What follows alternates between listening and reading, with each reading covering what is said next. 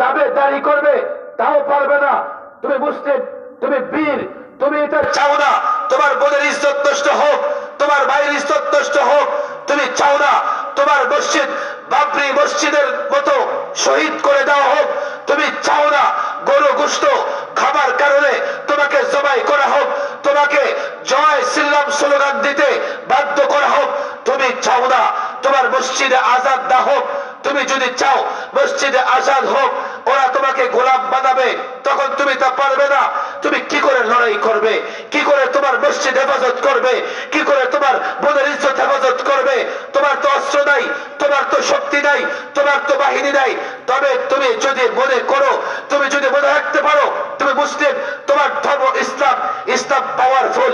আল ইসলামু Yalu ওয়ালা ইউলা, আল ইসলামু Yalu, ইসলাম বিজয়ী হয়, ইসলাম কখনো পরাজিত হয় না।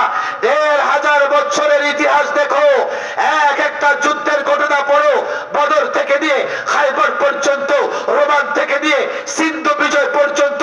তুমি কি জানো, তুমি কি ইতিহাস পড়েছো এই ভারতবর্ষে কিভাবে ইসলাম এসেছে? সিন্ধু বিজয় কে করেছে?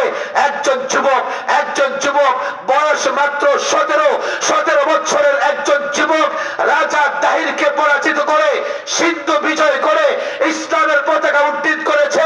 ওই পতাকাই ভারতে প্রথমবারের মতো ইসলামের পতাকা উড্ডীন হয়েছে।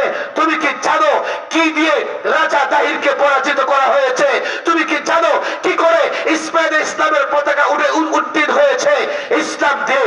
আমি তো বলি ইসলাম ধরো, ইসলাম মানো, ইসলাম প্র্যাকটিস করো, ইসলাম পাওয়ার। ইসলাম যদি মানতে পারো, ইসলাম যদি ধরতে পারো, তুমি এতটা পাওয়ারফুল হবে।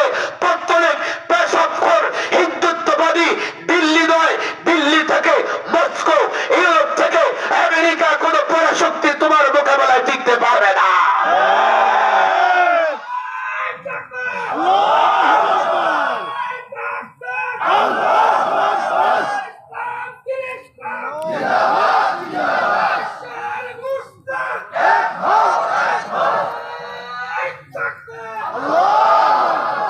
পশ্চিমারা ষড়যন্ত্র করে তোমাকে ইসলাম থেকে দূরে রাখতে চায়, আর এই ষড়যন্ত্র বাস্তবায়ন করার জন্যই ওখান থেকে হাড্ডি দেয় তারা তাদের পোষা কুকুরদের মুখে।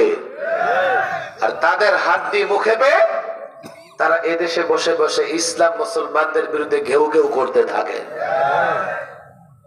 আপনি দেখেন ওরা অনেক ইস্যু নিয়ে ঘেউ ঘেউ করছে,